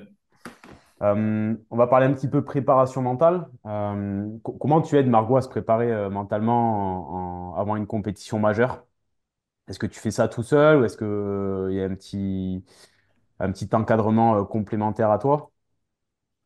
Alors moi, je suis très loin d'être le spécialiste de la prépa mentale, donc déjà. Et bah, là, pour le moment, elle n'a pas de préparateur mental. Après, moi, j'ai quand même une approche bah, assez physique de la performance, dans le sens où quand elle arrive en compétition, et que je pense qu'il faut arriver confiant sur les compétitions. Et quand la troisième barre qu'elle doit faire, ou enfin sa barre de départ, elle l'a fait toutes les semaines, bah, je pense que t'as pas force. Enfin, t'es déjà préparé en fait. Quand les barres Hmm. que tu dois faire en compétition, tu les fais quasiment toutes les semaines depuis des mois, bah, je pense que t'es prêt en fait, hein. Ouais, tu crées de Le la meilleur moyen d'être confiance. prêt, c'est d'être. Ouais. Comment? Tu crées Ouais, de la ouais, ouais. confiance parce que tu fais à l'entraînement, quoi. Ouais, voilà. Par contre, si effectivement tu arrives en compétition et que tu démarres 10 kilos plus lourd que ce que tu fais à l'entraînement, mais oui, peut-être Tu peux douter un ça va peu, être ouais. délicat. Mais Mm. quand les barres, tu les fais toutes les semaines et que tu n'as plus qu'à les faire en compétition, je lui dis finalement, la compétition, bah, tu fais la même chose qu'à l'entraînement, hein. Ouais. Tu les fais toutes les semaines à l'entraînement, c'est juste le prolongement, Ouais, c'est tellement banalisé que tu doutes pas trop quand tu arrives sur le plateau de compète. hein. Exactement. Et C'est le ça, but, c'est ça le but, c'est d'automatiser le geste le plus possible et de banaliser ces charges-là et que tu la fasses sur un plateau d'échauffement ou en compétition, ce soit exactement la même chose. Et donc, ok. c'est pour ça que c'est bien d'être quand même, d'avoir des stimulations lourdes toutes les semaines. Pour ça, Ouais. moi, j'accorde quand même une grosse importance, c'est-à-dire banaliser ces charges-là que tu dois faire en compétition quasiment. Et comme ça, dès que tu arrives en compétition, bah, t'es pas surpris en fait. La charge, tu l'as fait toutes les semaines depuis des mois, pourquoi ça changerait? Ouais, bien sûr. Et est-ce que ça lui arrive néanmoins de stresser un petit peu sur les compètes, que ce soit des compétitions mineures de qualification pour les championnats de France ou des compétitions un petit peu plus majeures de niveau international, on va dire? Bah, sur les compétitions internationales, ouais, forcément, hein, on me l'a dit, c'est normal. Forcément, déjà, elle est jeune. Et bah, le niveau et les exigences et forcément bah, les potentiels résultats aussi, c'est normal que ça génère pas mal d'anxiété, je pense. Mhm. Et sur les compétitions mineures, bah, franchement, là, elle commence à en avoir fait vraiment un paquet et elle l'appréhende de moins en moins. Ouais, pareil, le contexte des compétitions locales, on va dire, est plus que banalisé. Ah oui, oui. Elle arrive 5 minutes avant la pesée. Ouais, d'accord. Et est-ce que néanmoins, il y a, pour les compétitions de plus haut niveau, vous avez déjà parlé de méthodes pour appréhender le contexte, gérer le stress? Non, franchement, pas du tout. Ok. Est-ce que c'est quelque chose qui serait nécessaire ou pas encore selon toi?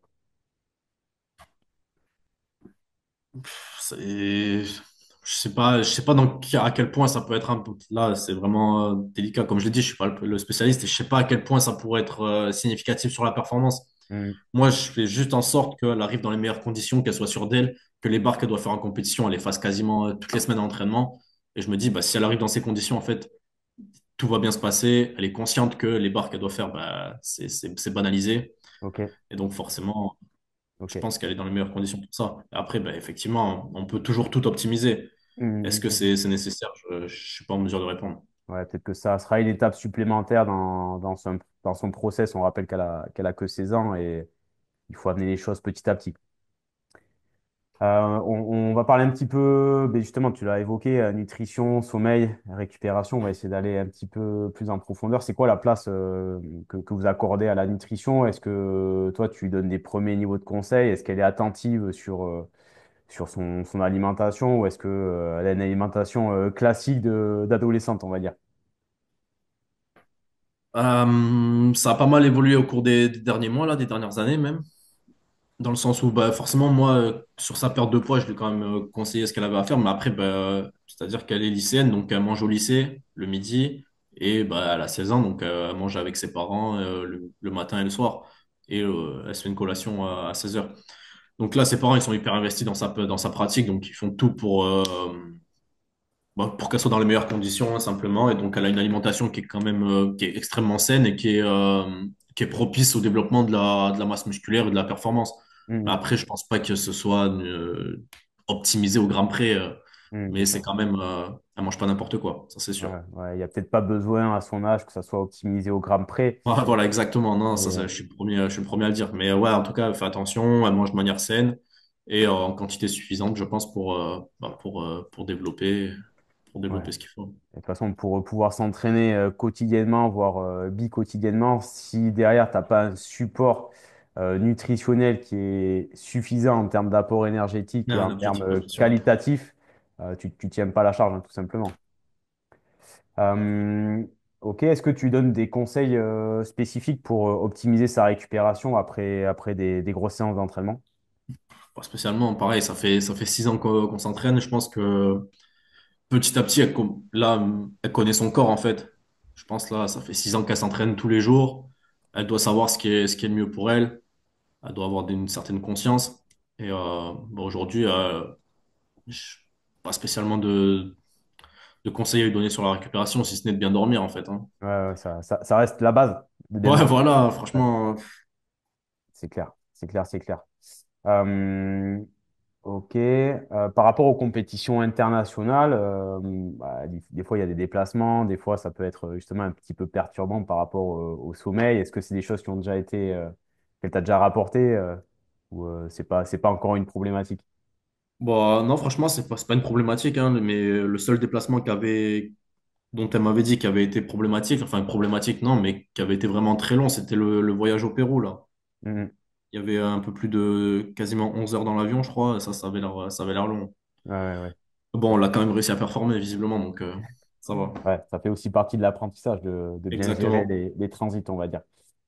Et justement, comment vous vous préparez ensemble pour des compétitions bah, d'un tel niveau à l'international?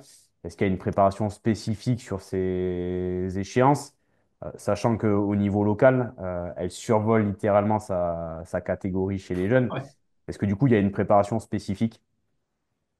Ouais, ouais, tout à fait. Ben, forcément, là, c'est sur les compétitions comme ça, c'est vraiment arriver dans les meilleures conditions possibles, donc le plus affûté, le plus frais possible, et en ayant banalisé, en ayant vraiment automatisé les charges qu'elle doit faire sur la compétition, hein. Ouais, donc les périodes d'affûtage réelles où tu vas vouloir un rebond de performance, tu les cales plutôt proche des échéances internationales plutôt que Ouais, ouais. proche des échéances nationales, on va dire. Ouais, bah oui, parce que même si elle a 90% en fait sur les finales nationales, bah, ça lui suffit largement. D'accord, ouais. Ok. Ouais. Et du coup, c'est quoi les ajustements que tu fais en termes d'entraînement avant ces compétitions qui sont les plus importantes pour elle? Bah, ça va être, on va mettre un peu plus l'accent sur la puissance ou sur la vitesse, donc avec le debout et de la plio, et sur les séances qui viennent précéder, de réussir à déplacer les charges le plus rapidement possible et de manière le plus nette possible. Et les ajustements, c'est banaliser, comme je l'ai dit, automatiser vraiment les charges conséquentes sur les semaines qui précèdent, là. Les Ok. 3 semaines avant son échéance, j'ai quand même une idée de ce qui va être sa barre de départ et elle va tirer quasiment 4 fois dessus dans les semaines qui précèdent, sur 2 semaines qui précèdent, et, Hmm, voire même ok. plus. Ouais. Et Ouais. donc forcément, bah, quand elle arrive sur le plateau, la charge, elle a déjà fait 4 fois en 2 semaines la barre de Ouais. départ. Donc bon, Plus l'état de forme qui s'améliore au fur et à mesure de l'affûtage. Donc, la barre de départ, elle est censée voler, quoi. c'est censé. C'est censé, ouais. Et justement, qu'est-ce qui fait la différence entre un bon athlète de niveau national, tu vois, qu'on va voir régulièrement sur les plateaux des finales nationales, et une athlète comme Margot qui va atteindre le niveau international?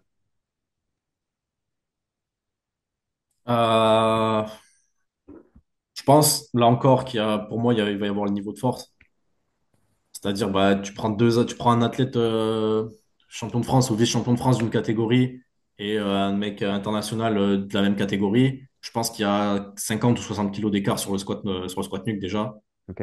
Donc, bah, forcément, hein, il y a un écart sur l'arraché, sur l'épaulé jeté aussi. Et Ouais. après, bah, forcément, il y a énormément d'éléments qui peuvent rentrer dans le contexte. C'est-à-dire, bah, forcément, le niveau de pratique, la fréquence d'entraînement, ça peut jouer. Depuis quand, enfin, depuis quand elle s'entraîne. Forcément, celui qui a 3 ans de pratique, et Margot, mine de rien, elle a quand même un peu d'ancienneté dans le sport, mine de rien. C'est-à-dire que là, Mhm. ça fait quand même 6 ans qu'elle s'entraîne. Ouais. Forcément, elle a accumulé de l'expérience. Donc, d'un côté, c'est un peu normal qu'elle soit aussi à si haut niveau. C'est pas normal enfin, c'est très bien qu'elle soit troisième au championnat du monde, qu'elle soit championne d'Europe, mais c'est normal qu'elle ait un très haut niveau puisqu'elle s'entraîne 5 fois par semaine depuis 6 ans. Ouais, tu as évoqué l'expérience dans le sport en général.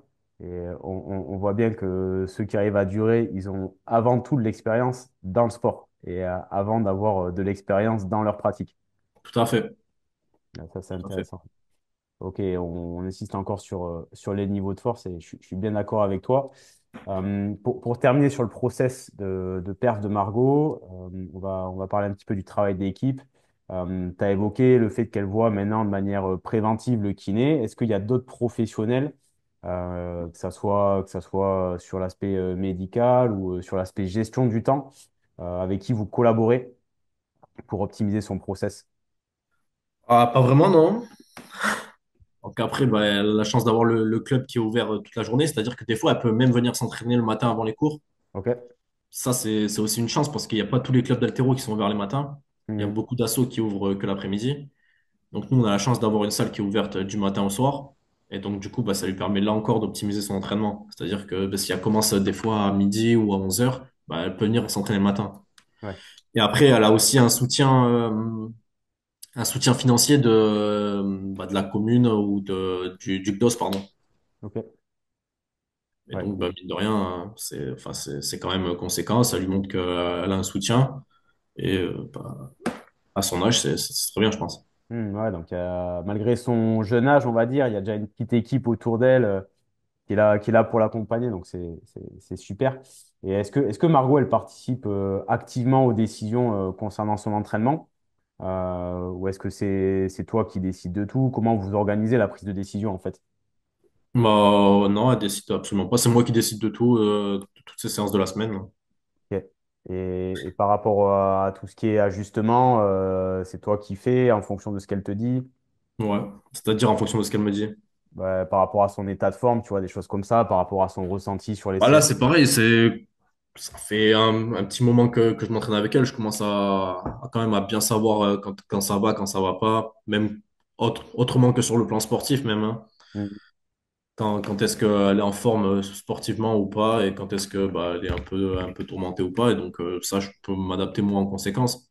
Je vois très bien quand est-ce qu'elle a envie de s'entraîner très dur et quand est-ce que bah, elle a peut-être un jour ou l'autre un peu moins la tête à ça des fois. Et Mm, mm, ça, mm. je peux adapter sans souci. Ouais.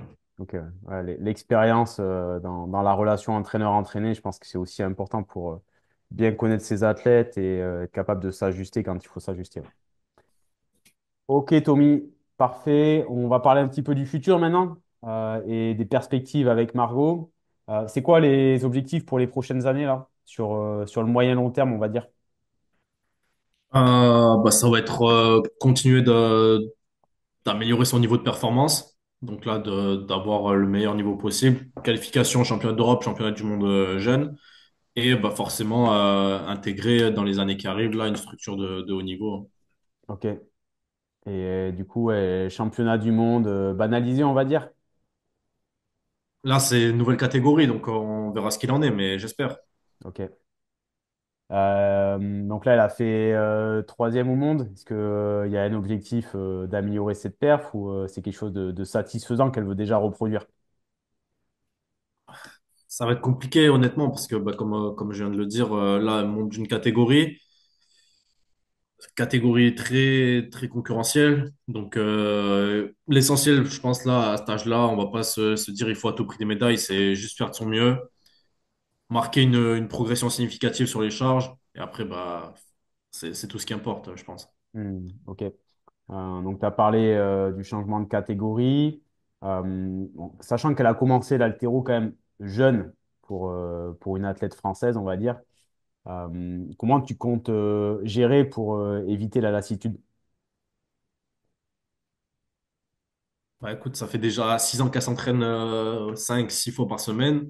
Elle a pas l'air de se lasser. Visiblement, elle aime la progression, elle aime l'entraînement. Et elle sait que le meilleur moyen de progresser, bah, c'est de s'entraîner tous les jours. Et donc, elle a pas l'air de se lasser. Toujours essayer de quand même apporter de la variété dans les entraînements. Et aussi, bah, faire des records sur des mouvements autres que l'haltéro. Je pense que ça permet de stimuler un peu l'entrain. Ouais, C'est-à-dire ça. qu'elle a tendance à faire là des records sur dips lestés, traction lestée, et de progresser sur ces mouvements, tu as quand même l'impression de progresser, Ouais, c'est progresser tout motivant simplement. de se sentir évoluer, même si c'est pas Exactement. que de l'haltéro, tu vois, te dire, ouais, je passe 5 kilos en plus aux tractions, aux dips, Exactement. etc. Tu te sens évoluer dans le process, en fait. Et Au-delà donc, objectivement, tu es quand même plus fort, tu vois. Même si de... c'est pas sur les mouvements spécifiques haltéro, mais tu deviens quand même plus fort. Ouais, donc pour toi, c'est aussi important de quantifier son niveau de perf sur autre chose que purement l'haltéro. Ouais, pour moi, c'est vraiment fondamental, je trouve. Ouais, je suis bien d'accord. Euh, Toi, en tant qu'entraîneur, c'est quoi qui te motive chaque jour à évoluer et à apprendre? Bah, pareil, moi, j'adore apprendre.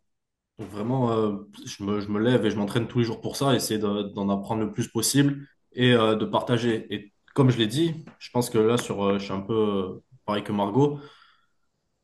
J'aime progresser et tous les jours, en fait, faire de mon mieux, tout ce qui est en mon possible pour essayer d'apprendre quelque chose, que ce soit bah, sur de la théorie ou d'essayer de progresser, en fait. Tout Hmm. ce que je veux, c'est de progresser chaque jour qui passe, que ce soit sur le plan théorique, physique ou peu importe. Et donc, bah, chaque jour qui passe, je fais de mon mieux pour moi progresser et essayer de faire progresser les autres. Et c'est ça qui m'anime en fait. Ouais. Que quand je vois les autres qui s'investissent, parce que j'ai énormément d'athlètes qui s'entraînent deux, trois, parfois plus par semaine, quatre fois par semaine. Et ça leur prend du temps, c'est chronophage, ça leur demande du temps, d'investissement, de l'argent. Et donc je sais qu'ils sont investis. Et donc moi, la moindre des choses, c'est aussi de faire de mon mieux pour que eux ils soient dans les meilleures conditions pour progresser et de faire en sorte ils soient satisfaits de leur progression. Ok. Donc, tu as déjà une belle expérience dans l'entraînement en général et spécifiquement dans l'haltéro. Est-ce qu'il y a un conseil qu'on t'a donné dans ta carrière et qui guide encore aujourd'hui ton travail? Ça, c'est la première partie de la question. Et inversement, avec l'expérience que tu as maintenant, quel conseil tu donnerais, toi, à un coach qui débute? Des conseils qu'on m'a donnés, j'ai pas vraiment reçu de conseils de mentor ou autre, mais c'est vrai que j'avais un ami qui à l'époque il me disait, on avait tendance à dire tout se paye. Et en fait, c'est vrai que ça, je le garde depuis des années en tête et je me dis qu'en fait, c'est vrai que tôt ou tard, ben, on aura ce qu'on mérite. C'est-à-dire si pendant des années et des années et des années, tu travailles dur, tu es gentil, tu fais de ton mieux chaque jour qui passe, ben, que ce soit dans 2 mois, 3 mois ou dans 10 ans, en fait, tu auras ce que tu mérites. Et tôt ou Hmm, tard, tu seras récompensé de ce que tu fais. hmm, Et donc, j'ai vraiment cette doctrine-là où chaque jour qui passe, je fais de mon mieux pour aider les autres, pour moi progresser, faire de mon mieux ce qui est ben, pour moi, faire progresser les autres, être gentil, essayer de faire progresser tout le monde. Et je me dis que tôt ou tard, ben, forcément, je serai récompensé de ça. Que ce soit dans 2 mois ou dans 15 ans. On aura ok. forcément tôt ou tard ce qu'on mérite. Et du coup, le conseil que toi, tu donnerais à un coach qui débute, ça serait quoi? Je pense que ce serait significativement le même.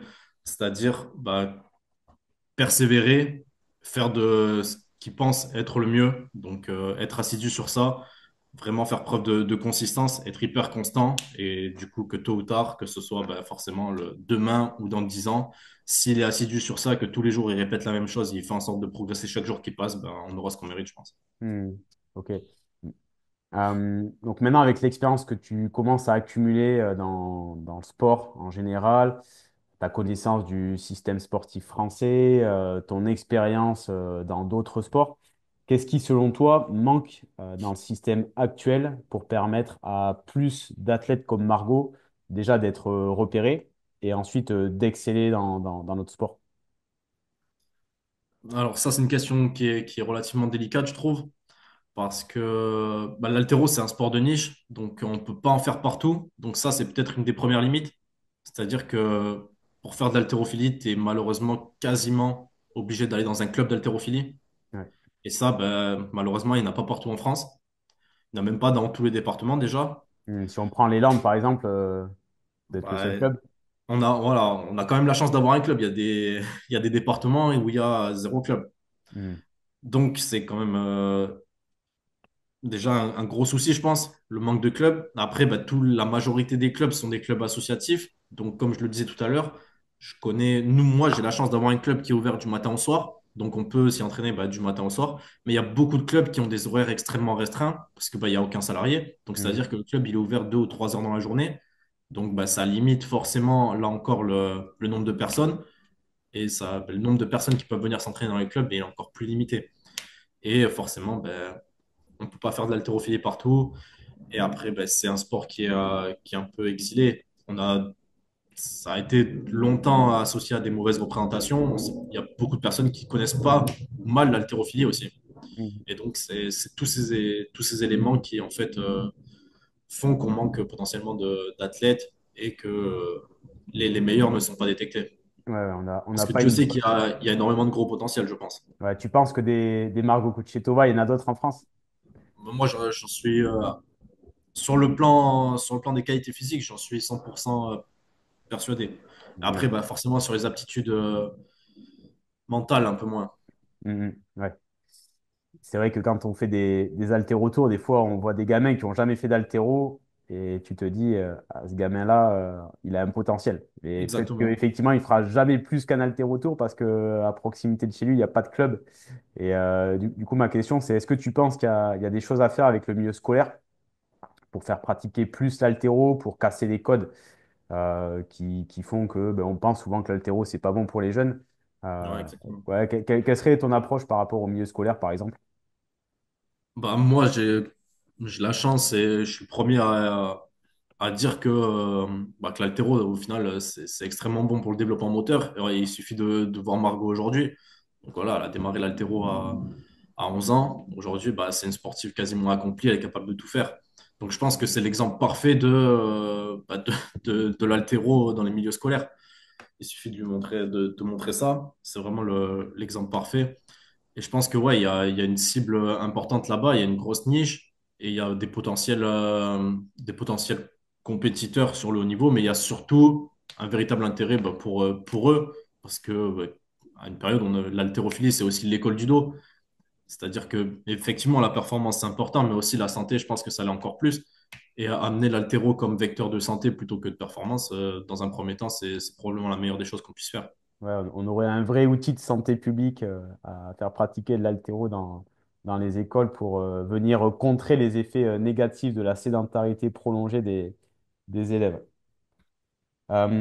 Et tu as évoqué le fait qu'on manquait de gens salariés dans les clubs. Pour toi, l'aspect professionnalisation, c'est une voie indispensable pour permettre à des athlètes comme Margot d'être mieux encadrés dans les clubs ou tu penses que l'aspect bénévolat peut être suffisant? Moi, en toute honnêteté, je sais très bien que si j'étais pas là, sans vouloir me jeter des fleurs, ça serait peut-être pas exactement la même chose. Le club serait le même, mais les compétences en termes d'encadrement seraient probablement pas les mêmes. C'est-à-dire qu'à ce niveau-là, ben, en fait, l'haltéro, malheureusement, ça s'invente pas. C'est-à-dire qu'il y a des composantes techniques qui sont telles que on peut pas les inventer. Et je Mhm. pense que, bah, surtout sur le niveau mondial comme ça, ben, il y a des aptitudes et des compétences de programmation, de planification et de sciences du sport qui sont capitales. Mhm. Mhm. Ouais, bien d'accord. Ouais. Euh, Après, pour un premier niveau de compétition chez des débutants, enfin, pour de l'animation, ben, c'est très bien le bénévolat, c'est très bien les premiers niveaux de diplôme d'animateur, il n'y a aucun problème. Mais effectivement, ouais. si on veut du haut niveau, ben, forcément, ça non plus, ça s'invente pas en fait. C'est clair, c'est pas le même contexte, c'est pas la même cible. Quelqu'un qui a un BF1, il peut sans problème faire de l'initiation. Par contre, ça Tout va à être fait, beaucoup plus difficile quand on va chercher l'optimisation de la performance. tout à fait. Pour conclure, Tommy, quel message tu donnerais à un jeune ou une jeune future athlète qui rêverait de devenir une championne comme Margot? Bah, comme je l'ai dit précédemment, je pense que là, ce qui va faire la différence, c'est la constance, la consistance. Donc, l'aptitude à aller s'entraîner tous les jours avec la même envie. Et si, peu importe qui ça concerne, en fait, si on fait tous les jours la même chose avec la même envie et qu'on se donne les moyens, ben là encore, tôt ou tard, forcément, les récompenses seront à la hauteur de nos attentes, je pense. Excellent. Tommy, merci beaucoup. Avant de quitter le podcast, est-ce que tu peux synthétiser brièvement où c'est qu'on peut retrouver des informations sur ce que tu fais et sur ton actualité? Yes, bien sûr. Ben, merci pour l'invitation déjà. Et après, ben, on peut me retrouver du coup sur les réseaux sociaux, notamment sur Instagram, donc avec le logo The Barbell Scientist, où forcément je publie de manière plus ou moins régulière des articles synthétisés sur la littérature scientifique, sciences du sport, et où je mets régulièrement du contenu haltérophilie. Ok, et on te retrouve en présentiel au Stade Montois quasiment tous les jours. Tout à Euh, fait. et on animera tous les deux au mois de juin le coach Altero. Donc, n'hésitez pas à rejoindre la formation. Vous aurez la chance d'avoir un formateur de très haut niveau. Donc, profitez-en. Tommy, Excellent. merci beaucoup. Merci à toi, merci infiniment. Et on se voit samedi pour lever des grosses barres. On va essayer. Allez, merci, mec. Salut.